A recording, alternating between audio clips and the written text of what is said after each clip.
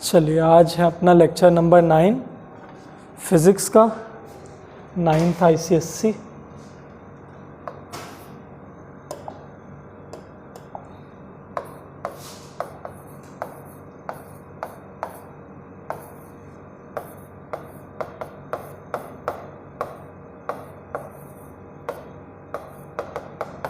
Lecture number 9 और आज का टॉपिक क्या, आज हम लोग एक नया चैप्टर उठा रहे हैं जो कि है लॉज ऑफ मोशन। ठीक है, लॉज ऑफ मोशन। अब सबसे पहली बात तो ये क्लियर होना चाहिए कि मोशन होता क्या है। क्या होता है मोशन?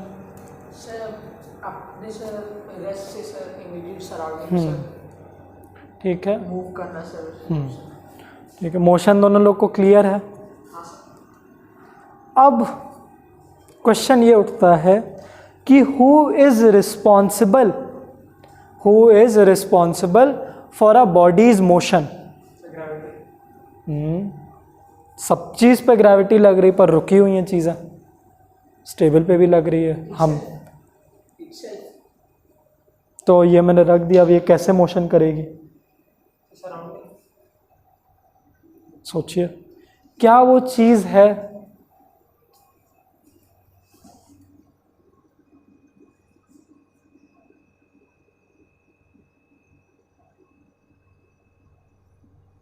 बताइए, क्या वो ऐसी चीज़ है जो अलाउ कर रही है मोशन टू हैपन?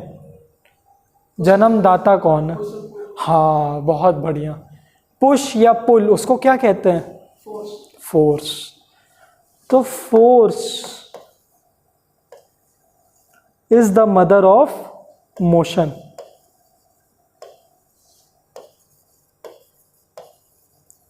ठीक है, मगर क्या ये सही होगा कहना कि फोर्स हमेशा मोशन ही कॉज करती है? नहीं सर। फिर वो सर किसी चीज का सर आने के सर मूवी मतलब सर किसी चीज का सर शेप भी सर वो कर सकते। ठीक है, ये किसी मोशन में मूव करने वाली बॉडी को रेस्ट में भी तो ला सकती है। तो फोर्स क्या क्या चीजें कर सकती है? इट चेंजेस और टेंड्स टू चेंज कर लेती है या कोशिश करती है चेंज करने का the shape of the body, the state of the body. State में यहाँ बात कर रहे हैं रेस्ट और मोशन की, ठीक है, सॉलिड लिक्विड गैस नहीं। State of the body and the direction of motion, कि बॉडी ऐसे जा रही थी, मैंने इतना मोशन लगाया, इतना फोर्स लगाया उस पर कि इसका डायरेक्शन ऐसे हो गया, या ऐसे जा रही थी मैंने ऐसे लगाया वैसे चली गई। ठीक है, तो ये आप लिख लीजिए, फोर्स लिखिए, force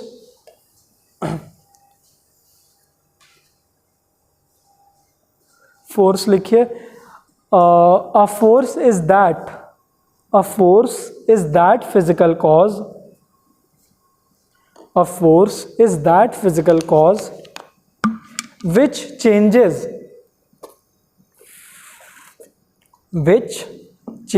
or tends to change. Which changes or tends to change. Either the size or the shape or the state of rest or motion of the body.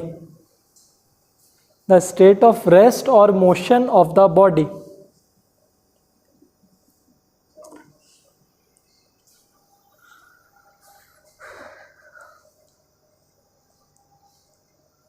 हम लोग ने एर्थ में फोर्स के बारे में खूब पढ़ा था, फोर्स एंड प्रेशर नाम का चैप्टर था, उसमें हम लोग ने खूब इसके बारे में बात की थी। तो ये बताइए, फोर्स को हम लोग डिनोट कैसे करते हैं? Force is denoted by F ही तो लिखते हैं। इसकी एसआई यूनिट क्या होती है?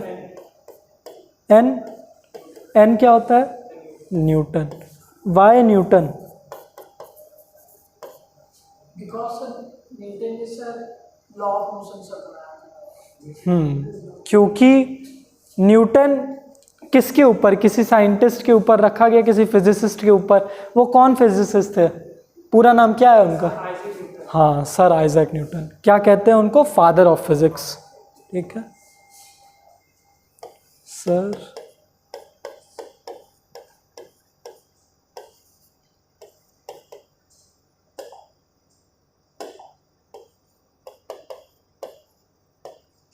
फादर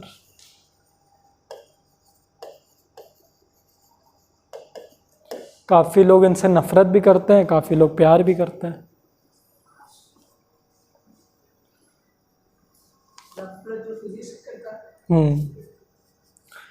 और फोर्स कैसी क्वांटिटी होगी, स्केलर या वेक्टर? पक्का? बहुत बढ़िया। ठीक है, आप लोग अगर ये रिकग्नाइज करना सीख गए कि कोई यूनिट क्या वो वेक्टर क्वांटिटी है या स्केलर क्वांटिटी, मतलब आप बहुत अच्छे से समझ चुके हो वेक्टर और स्केलर। और ये 11th में तुरंत आपके पीछे पड़ेगा स्केलर वेक्टर। ठीक है, अब इसको प्रूफ करने के लिए कि it is a vector quantity, मैंने कुछ बताया है आपको कि नहीं बताया? कैसे प्रूफ करेंगे इट इज़ अ स्केलर या वेक्टर क्वांटिटी? प्रूफ कैसे करेंगे कि this is a vector quantity? It will have direction plus magnitude. ठीक है, नहीं नहीं नहीं, मैग्नीट्यूड तो इसका होगा, मैग्नीट्यूड मतलब कितना ज़्यादा। फोर्स को तो हम लोग न्यूटन में रिप्रेजेंट करते हैं, स्पीड को किस में? मीटर पर सेकेंड में। तो इसका मैग्नीट्यूड होगा न्यूटन। ठीक है, it will have more Newton force with a direction. तो इसको प्रूव ऐसे करेंगे कि मान लीजिए ये बॉक्स रखा है, बॉक्स रखा है, या फिर मान लीजिए आप ही दोनों के बीच में ये बॉक्स रखा है। आपने इसको पुश किया इधर, युवराज भाई ने पुश किया इधर 50 न्यूटन के फोर्स से। आपने इसको पुश किया इधर 50 न्यूटन के फोर्स में। ठीक है, दोनों की हमको एनर्जी सेम ही लगती है देख के, तो दोनों लोग ही 50 न्यूटन का इस पर फोर्स लगाए। अब क्या ये बॉक्स किधर भी मूव करने वाला है?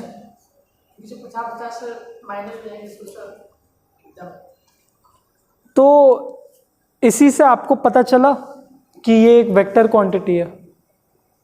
कि देखिए डायरेक्शन का कितना फर्क पड़ा कि 50-50 न्यूटन, टोटल 100 न्यूटन इस पे बन सकता था अगर ये आप दोनों इधर से लगाते, लेकिन इधर से लगा दिए तो सब कैंसिल होके अभी इस बॉक्स पे 0 न्यूटन का फोर्स ये ऑब्जर्व कर रही है या फिर फेस कर रही है। ठीक है, ये ऑन नहीं लिखा है, ये 0 न्यूटन है। ठीक है, अब इसी को हम लोग कहते हैं, जो हम लोग ने अगर इसको रिप्रेजेंट करना हुआ तो हम लोग लिखते हैं net force. Net force is equal to force left minus force right, तो 50 माइनस 50 तो 0 न्यूटन। तो ये बॉक्स अभी 0 न्यूटन का फोर्स फेस कर रही है। इस चीज़ को हम लोग कहते हैं, जो प्लस माइनस की है वेक्टर क्वांटिटी, इसको कहते हैं वेक्टर एडिशन। ये आप लोग 11th में पढ़ोगे। ठीक है, बड़ा टॉपिक है। अब दूसरा केस लेते हैं जिसमें कि आप दोनों ने एक दूसरे का साथ निभाया। यही बॉक्स को आपने भी धक्का दिया और आपने भी धक्का दिया। आपने दिया 50 से ही, मगर आप आलस कर गए, आपने दिया 30 न्यूटन से कि युवराज तो दे ही रहा है। हाँ, आप आलस कर गए, युवराज तो दे ही रहा है, क्या छोड़ो। तो आपने इतना दिया। अब ये बॉक्स कितना फोर्स? 80 न्यूटन। ठीक है, अगर एडिशन करें तो कैसे? Net force is equal to force left plus force right. ठीक है, 50 प्लस 30 80 न्यूटन। तो 80 न्यूटन से ये किधर मूव करेगा? Right side. ठीक है, इधर मूव करेगा, इधर फोर्स ऑफ 80 न्यूटन। देखिए इतना आप समझ गए। लेकिन इस केस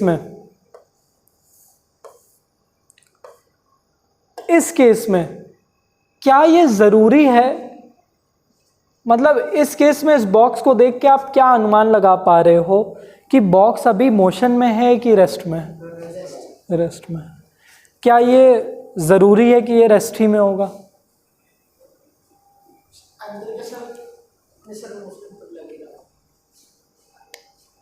मतलब फिजिक्स अंदर थोड़ी ना, अंदर तो केमिस्ट्री घुसता है, हम लोग तो बाहर बाहर से मोशन ऑब्जर्व करते हैं।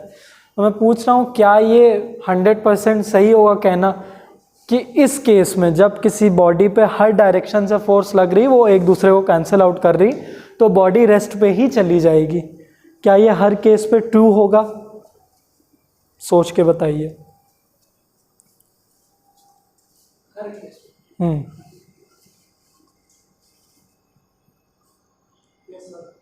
हर केस में आपके हिसाब से?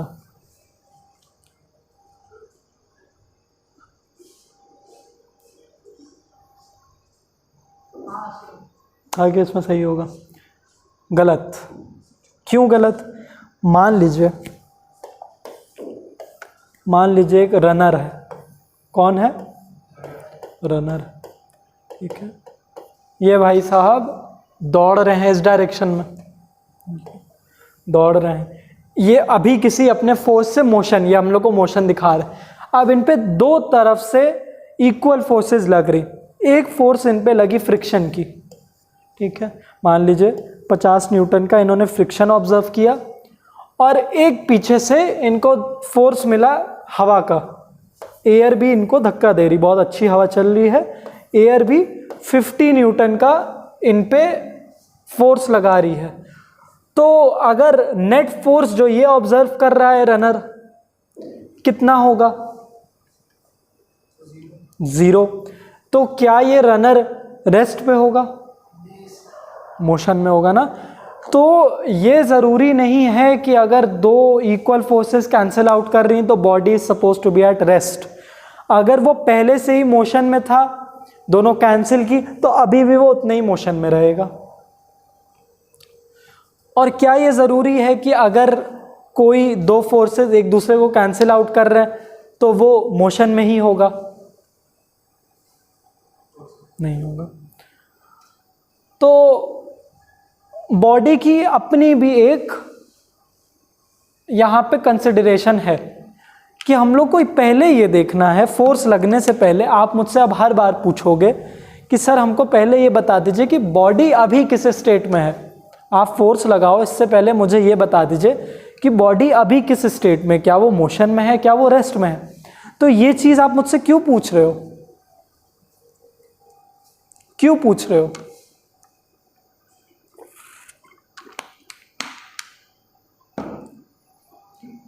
क्योंकि न्यूटन का फर्स्ट लॉ हमें पूछने पे मजबूर करता है।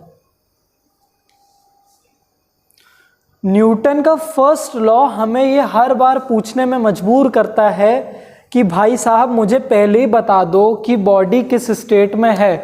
अगर वो मोशन में है तो मैं उसको अलग तरीके से ट्रीट करूँगा, अगर वो रेस्ट में है तो मैं उसको अलग तरीके से ट्रीट करूँगा। और ये जो बॉडी की खुद की एक कंसिडरेशन हम लोग ले रहे हैं, इसी चीज़ को कहते हैं, कोई बताएगा क्या कहते हैं? बड़ा ही प्यारा सा टर्म है, इनर्शिया।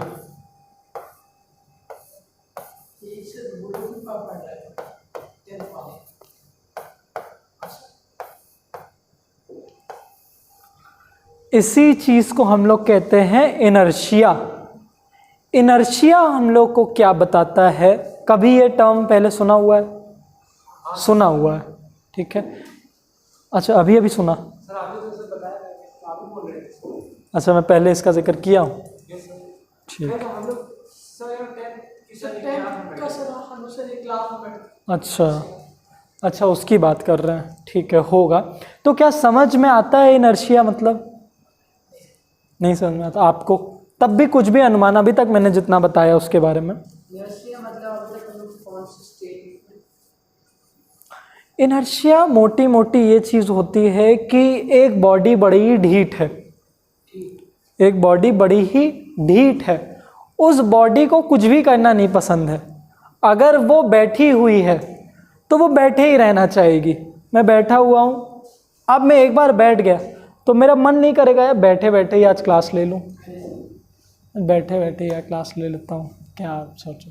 लेकिन अगर मैं फुटबॉल पिच पे चला गया और मैं दौड़ रहा हूँ तो मैं तब तक दौड़ूंगा जब तक मुझे एक ऑपोजिंग फोर्स ना फील हो, ठीक है। तो इनर्शिया ये बताती है कि a body tends to stay in the state it is already in, कि एक बॉडी अगर रेस्ट पे है वो तब तक रेस्ट पे रहेगी जब तक उस पर फोर्स ना लगे, क्योंकि फोर्स ही मोशन कॉज करेगा। अगर एक बॉडी मोशन में है वो तब तक मोशन में रहेगी जब तक उस पर ऑपोजिंग फोर्स ना लगे। दोनों को एक एग्जांपल्स देखते हैं कि बॉडी रेस्ट पे, पहले तो ये बैग आपका तब से रेस्ट पे है, रेस्ट ही पे रहेगा जब तक आप इसे फोर्स एक पुल ना दो। पहला केस समझ में आया, this is called inertia of rest, कि एक बॉडी रेस्ट पे तब तक, हर चीज जो यहाँ पे रेस्ट पे है ऑलरेडी, वो तब तक रेस्ट पे रहेगी ना जब तक इस पे कोई एडिशनल फोर्स ऊपर से ना लगे, रहेगी। तो सबके अंदर अभी इनर्शिया ऑफ रेस्ट है, सब ढीठ है कि भाई हमको रेस्ट पे ही रहना है। इनर्शिया ऑफ मोशन की बात करें, एक गाड़ी चल रही है, एक गाड़ी चल रही है अपनी स्पीड से, let it be 40 kilometre per hour, और वो गाड़ी तब तक 40 किलोमीटर पर आवर पे चलेगी जब तक कोई उस पर ऑपोजिंग फोर्स ना लगे। वो ऑपोजिंग फोर्स कौन कौन सी हो सकती हैं? सबसे मेजर वाली बताइएगा। सबसे मेजर है ब्रेक्स, जो उसको तुरंत अपने रेस्ट पे ला सकते हैं, वो हम लोग के कंट्रोल में।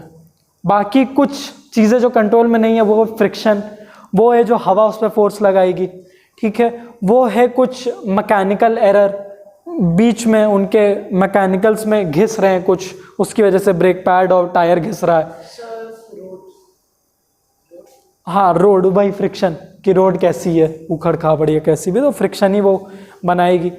तो मगर अगर एक आइडियल कंडीशन होती जहाँ पे ड्राइवर ब्रेक भी नहीं मार रहा है, जहाँ पे फ्रिक्शन भी नहीं है, बेसिकली वैक्यूम, एक वैक्यूम क्रिएट कर दिया हम लोग ने, एक बॉल को फेंक दिया उस वैक्यूम में, वो वैक्यूम पूरे टाइम मोशन में रहेगी ना, रुकेगी एक टाइम भी नहीं। स्पेस में कोई चीज़ छोड़ दो, वो फ्लोट करती रहेगी पूरे स्पेस में, क्योंकि उसके अंदर एक इनर्शिया आ गया है, एक ढीठपना आ गया है कि भाई मैं अब मोशन में आ गया हूं, अब मुझे घूमने दो। आप लोग के अंदर भी होता है ये इनर्शिया। आप लोग पबजी खेल रहे हो, पबजी खेलने दो यार, अभी नहीं पढ़ना मुझे, ठीक है। पढ़ने वाला इनर्शिया बहुत कम आता है कि पता चला आप लोग पढ़ रहे हो, दोस्त ने बोला आओ यार पबजी खेलो, रैंक पुश करते हैं, वो इनर्शिया बहुत कम कि यार मैं पढ़ रहा हूँ, अभी पबजी नहीं खेल पाऊँगा। मगर पबजी के लिए बड़ा जल्दी इनर्शिया चेंज हो जाता है। अरे पढ़ाई, अरे रुको भाई, अरे क्या पढ़ाई यार, थोड़ा उम्र जाए बाहर में, टेस्ट भी नहीं देंगे, आज पबजी है खेलेंगे, ठीक है। तो इनर्शिया समझ में आया। चलिए इनर्शिया की डेफिनेशन लिख लीजिए।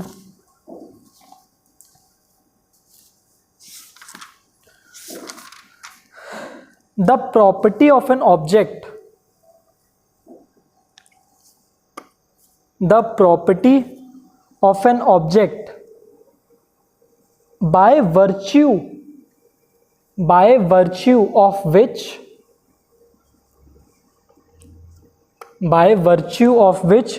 it neither changes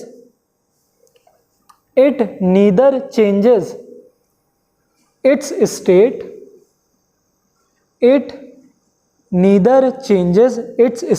nor it tends to change, the state, is called inertia. Full stop. It is the inherent inherent property of the object. कितनी अच्छी डेफिनेशन है, क्या सबको समझ में आई? It is the inherent property of each object.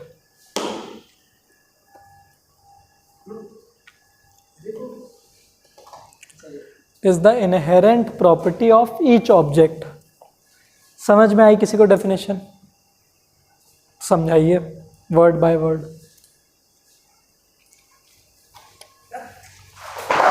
कहाँ पे नहीं लिखे हैं? Nor tends to change. हाँ sir, not tends to change its state is called inertia of that body, is called inertia. Full stop. Full stop. It is the inherent property. It is the inherent property. Inherent property of each object. समझ में आया?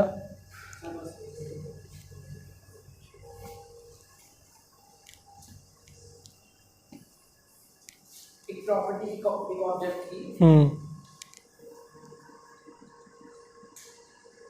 मतलब कोई property अगर किसी अगर state में अगर रहती है तो उसे में रहना चाहती है। कोई बॉडी ऑपोजिट फोर्स ना लगे। बहुत बढ़िया। सर मतलब वैक्यूम में अगर सर ऑपोजिट फोर्स कौन सा लगेगा? वैक्यूम में कोई ऑपोजिट फोर्स है ही नहीं, इसीलिए वो तब तक मोशन में ही रह रही है। इसीलिए तो वो मोशन में ही रह रही, क्योंकि वैक्यूम में उस पर कोई ऑपोजिट फोर्स है ही नहीं, ना ग्रेविटी है ना फ्रिक्शन है। अब वो एक ऑपोजिट फोर्स है, वैसे तो हम लोग भी उसको धक्का दे देंगे तो वो रुक जाएगी। सर तो वैक्यूम से ग्रेविटी तो लगती है, सर उसका इफेक्ट जो रहता है कि सर जब स्पेस क्राफ्ट किसी प्लैनेट की तरफ जाते हैं तो उसको अट्रैक्ट करता है ना, वो सन करता है। वैक्यूम, हम स्पेस की बात नहीं कर रहे हैं, हम अपना वैक्यूम बनाए हैं हम, ठीक है।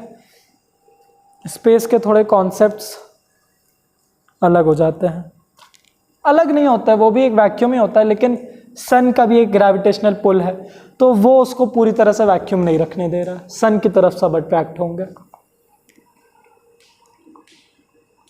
तो अभी तक इनर्शिया के बारे में समझ में आया, और यही हमारा Newton's first law of motion. हाँ, Newton's first law of motion is equal to inertia, ठीक है। समझने के लिए इतना ही काफ़ी है।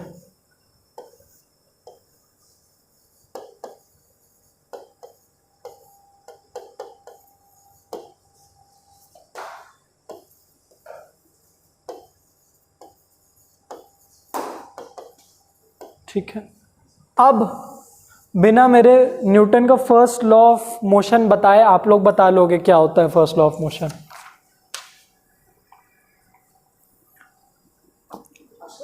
बिना मेरे न्यूटन का फर्स्ट लॉ बताए आप लोग ही बता लोगे फर्स्ट लॉ ऑफ मोशन क्या होता है, अगर आप इनर्शिया समझे हो तो बताइए फिर। फर्स्ट लॉ ऑफ मोशन ये है, बताइए, फिर से बताइए कि first law of motion inertia मतलब क्या होता है कि कोई बॉडी किसी स्टेट में है तो वो उसी स्टेट में रहना चाहती है जब तक उसे कोई ऑपोजिट फोर्स ना। बहुत बढ़िया, एग्जैक्टली यही चीज़ लिखी है न्यूटन के फर्स्ट लॉ ऑफ मोशन में, लिखी है, बस इंग्लिश में लिखी है, ठीक है। According to Newton's first law of motion लिखिए, according to Newton's first law of motion, according to Newton's first law of motion, if a body is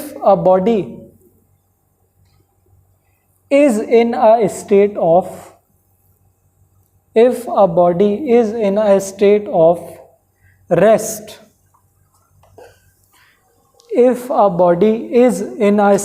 rest, it will remain in the state of rest. अगर कोई body rest में है तो वो rest में ही रहना चाहेगी, it will remain in the state of rest. And if it is in the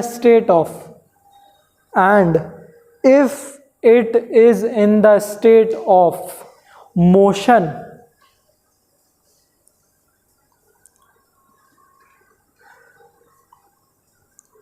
then it will remain moving in the same direction with the same speed,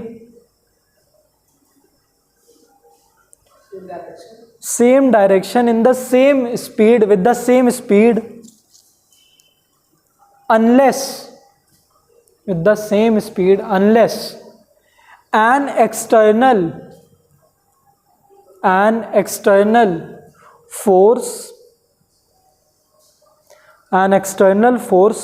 is applied to it, is applied on it। ठीक है, कितनी simple definition, समझ में आ रहा, पूरी तरह समझ में आ रहा ना?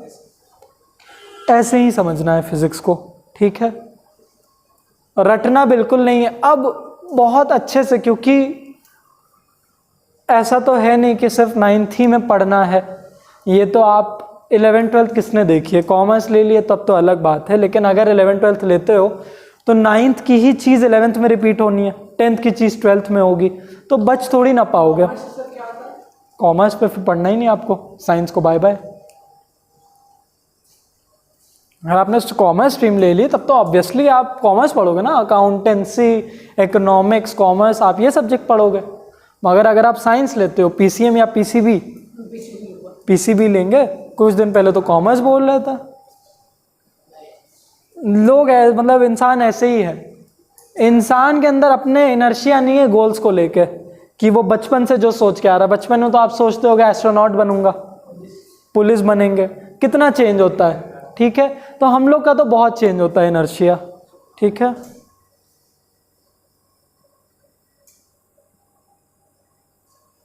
no, हम लोग को हमारे गोल्स के प्रति कोई इनर्शिया नहीं, कोई ढीठपना नहीं, कोई कुछ बोल दे हम लोग मैनिपुलेट हो जाएंगे। लेकिन बॉडी, हमारी बॉडी फिजिक्स जिस पे अप्लाई हो रही उसके अंदर पूरा इनर्शिया है। आपकी खुद की बॉडी आपकी, क्योंकि आप तो लिविंग हो तो आप अपने से नहीं रिलेट कर पाओगे, क्योंकि आप खुद का मूवमेंट कर रहे हो। लेकिन अगर आप सो रहे हो बेड पे तो आप तब तक उसी स्टेट में रहोगे, उसी स्टेट ऑफ रेस्ट पे रहोगे जब तक आप खुद ही अपना हाथ ऐसे ना कर लो, पैर वैसे नहीं। तो इनर्शिया ही तो है ये। लेकिन आप लिविंग हो तो आप नहीं समझ पाओगे। नॉन लिविंग पर ये दोनों पे ही उतना ही अप्लाई होता है। ऐसा नहीं कि नॉन लिविंग चीज़ों पे ही, फिजिक्स तो दोनों पे अप्लाई होती हैं, ठीक है। लेकिन नॉन लिविंग चीज़ों से हम लोग ज़्यादा रिलेट कर पाते हैं। लिविंग चीज़ में लगता है यार मूव तो कर गई ऐसे, ठीक है। नॉन लिविंग कार ले लिया हम लोग ने, तो न्यूटन का फर्स्ट लॉ समझ में आया कि कोई बॉडी स्टेट ऑफ रेस्ट में है वो रेस्ट ही में रहना चाहेगी, कोई बॉडी स्टेट ऑफ मोशन में है तो वो उसी मोशन में रहेगी, उसी स्पीड के साथ। स्पीड भी उसकी कम नहीं होगी, ना उसका डायरेक्शन बदलने वाला है, वो उधर जा रही तो उतनी स्पीड से उधर, जब तक उस पर कोई ऑपोजिंग फोर्स ना अप्लाई हो। ऑपोजिंग फोर्स कुछ भी हो सकती है। अब ऑपोजिंग फोर्स के बारे में ज़रा पढ़ते हैं, ठीक है। ये ऑपोजिंग फोर्स हो कैसी सकती हैं? What are these opposing forces?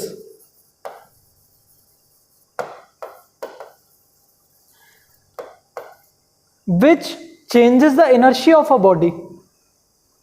इसके ऊपर खूब डिबेट हुई है कि भाई असल में फोर्स है क्या। डिबेट मतलब चर्चा, कॉन्फ्रेंस, बड़े बड़े फिजिसिस्ट के बीच में, गैलीलियो के बीच में और न्यूटन के बीच में, सबके बीच में खूब, और बहुत थ्योरीज रॉन्ग प्रूव हुई हैं। गैलीलियो भी एक टाइम पे अपने आप को फादर ऑफ फिजिक्स घोषित करता था, लेकिन बेचारे की थ्योरी गलत हुई है। गैलीलियो भाई साहब भी फोर्स के बारे में कुछ बता रहे थे कि फोर्स वो चीज़ है जो मोशन कॉज करे, मगर ये तो गलत है ना। फोर्स तो रेस्ट भी कॉज करता है, ठीक है। वो इनर्शिया से नहीं रूबरू थे। इनर्शिया से रूबरू हम लोग को किया किसने? न्यूटन ने किया, ठीक है। तो ऑपोजिंग फोर्सेस के बारे में पढ़ सकते हैं। ये दो तरीके की हो सकते हैं, कॉन्टैक्ट फोर्सेस, और ये सिर्फ ऑपोजिंग फोर्सेस ही नहीं, मैं बता रहा हूं फोर्सेस ही दो तरीके की होती हैं। या तो वो कॉन्टैक्ट फोर्सेस होंगी, मतलब जो दोनों बॉडी हैं, अगर इसमें मोशन हो रहा है और जो दूसरी बॉडी इसको अपोज करेगी वो कॉन्टैक्ट में अगर आ गई, जैसे कि फ्रिक्शन, गाड़ी मूव कर रही है, उसको नीचे से फ्रिक्शन ने टच कर लिया, तो वो कॉन्टैक्ट फोर्स है जब कॉन्टैक्ट है, ठीक है। इसका एग्जाम्पल क्या हो सकता है? सबसे अच्छा फ्रिक्शन,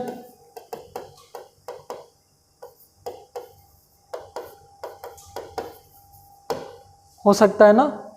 इसका एग्जाम्पल हो सकता है पुश, फिजिकल पुश आपने दे दिया उसको, फिजिकल पुल कर लिया आपने उसको, फिजिकल पुल करोगे आप, ये नहीं कि कहीं से भी अपने आप ही, ग्रेविटी नहीं है कांटेक्ट फोर्स, ग्रेविटी और हमारे बीच में कोई कांटेक्ट नहीं है, हम लोग बस पुल है हो रहे हैं, पर कौन पुल कर रहा है, कोई फिजिकली प्रेजेंट नहीं है।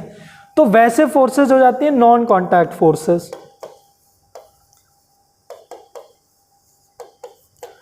ये बिना कांटेक्ट बनाए ही फोर्स लगाती हैं किसी बॉडी पे। एग्जाम्पल, हाँ ग्रेविटी सबसे अच्छा एग्जाम्पल है इसका, ग्रेविटेशनल फोर्स।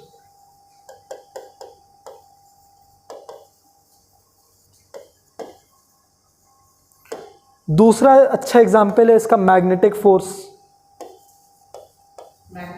मैग्नेट, मैग्नेट दूर दूर रखो तब भी वो रिपेल करके पुश कर देंगे, पास में रखो ऑपोजिट पोल्स को, बिना टच कराए वो अट्रैक्ट कर लेंगे, पुल बना लेंगे।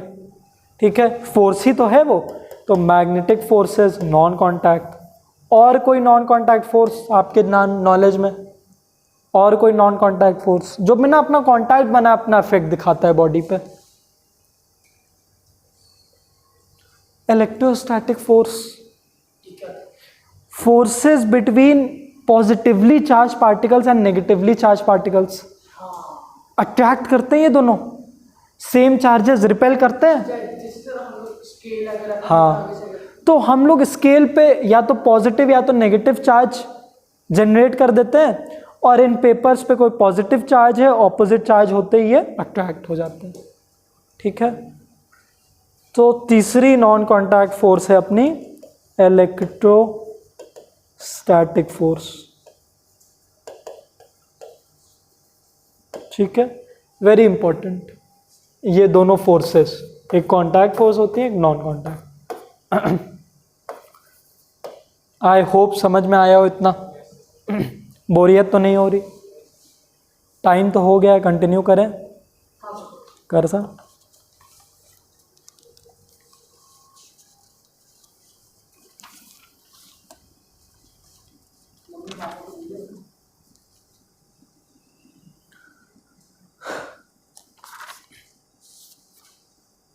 अब कांटेक्ट और नॉन कांटेक्ट के बारे में इसने काफ़ी एग्जांपल्स दिए हैं, लेकिन उतना अभी समझना नहीं है, पर एक दो और समझ। जैसे स्प्रिंग, आपको क्या लग रहा है स्प्रिंग को खींचना या पुश करना कैसे फोर्स में होगी, कांटेक्ट या नॉन कांटेक्ट?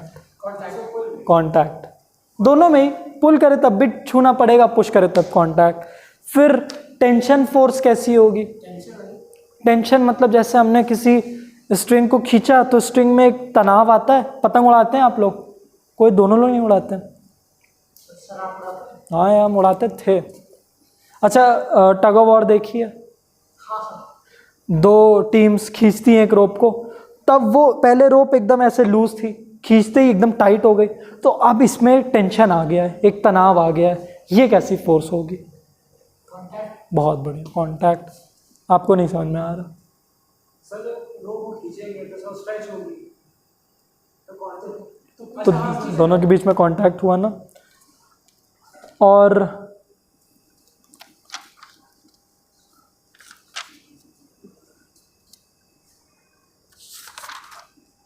कोई बॉडी जब कोलाइड करती है तब कैसा फोर्स होगा? कोलाइड मतलब टकराई, कोलिजन। कैसे भाई? दो बॉडी मैंने बोला टकराई, तो एक बॉडी इधर गई एक बॉडी इधर, फोर्स ऑफ रिएक्शन, तो एक ऐसा फोर्स कांटेक्ट, दोनों टकरा तो गई। ठीक है, this is also a contact force. Magnetic field है, मैग्नेटिक फील्ड कौन बनाता है? एक मैग्नेट ही तो बनाता है अपना अराउंड। हाँ, है वो एक नॉन कांटेक्ट फोर्स।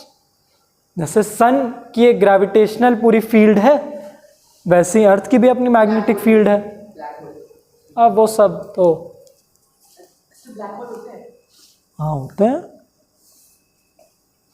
तो शौक हो गए।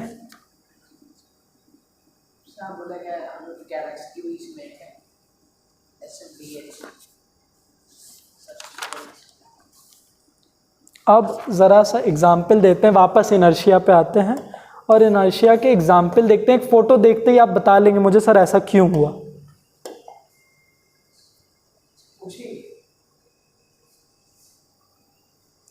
Watch now, NASA search for life beyond अर्थ।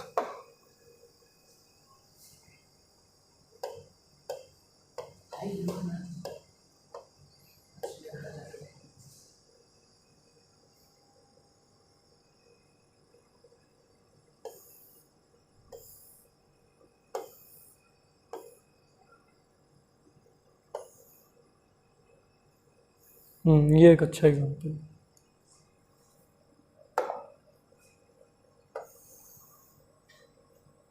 फिर ऐसे कर दो आगे।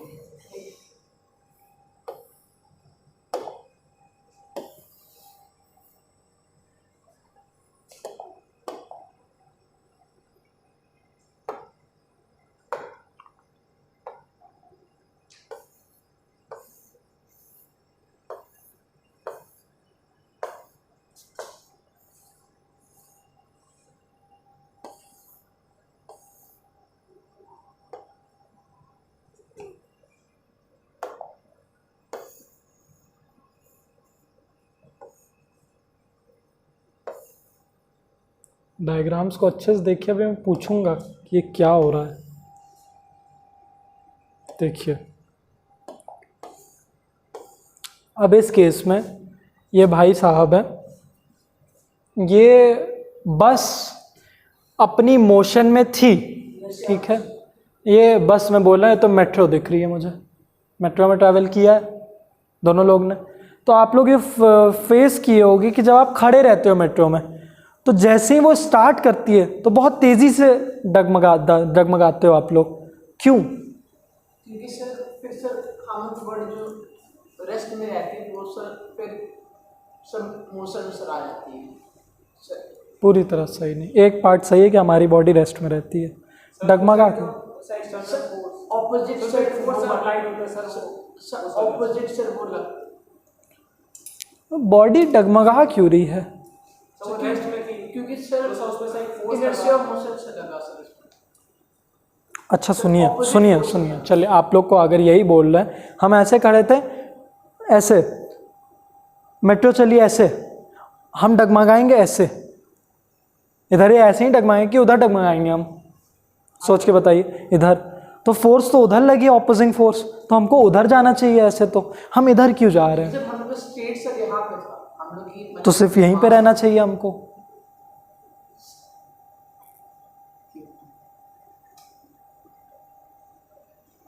बात तो यही है।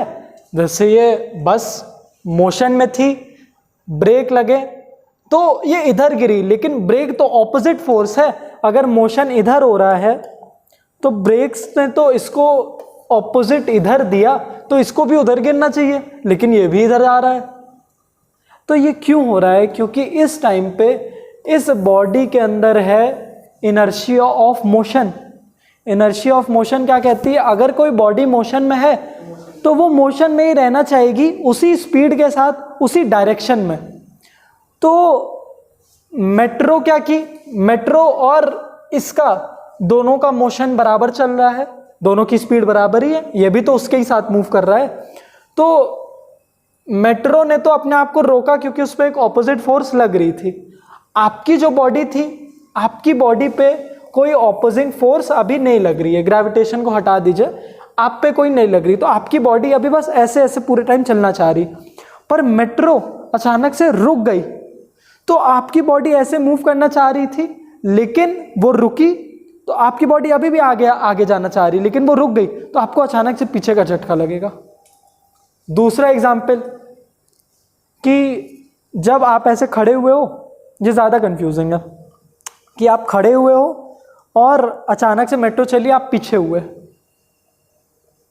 आप असल में पीछे नहीं होते हो, आपकी बॉडी पीछे मूव होने के लिए नहीं फोर्स की गई है, आपकी बॉडी अभी इसी रेस्ट पे रहना चाहती है।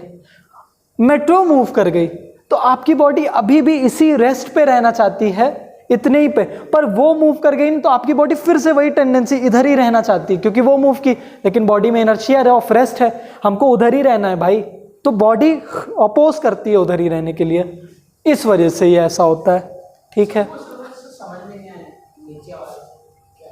ये वाला इस पे तो आएंगे, ये समझ में आया, ब्रेक लगा इधर गिरा। अब ये क्या होता है, ये यहाँ पे कॉइन रखा है, क्या रखा है? कॉइन रखा है, ठीक है, और ये कार्ड है। अब इसने बड़ी तेजी से इस कार्ड को ऐसे फ्लिक किया, तो ये कार्ड हट गया, लेकिन ये सिक्का यहीं गिर गया।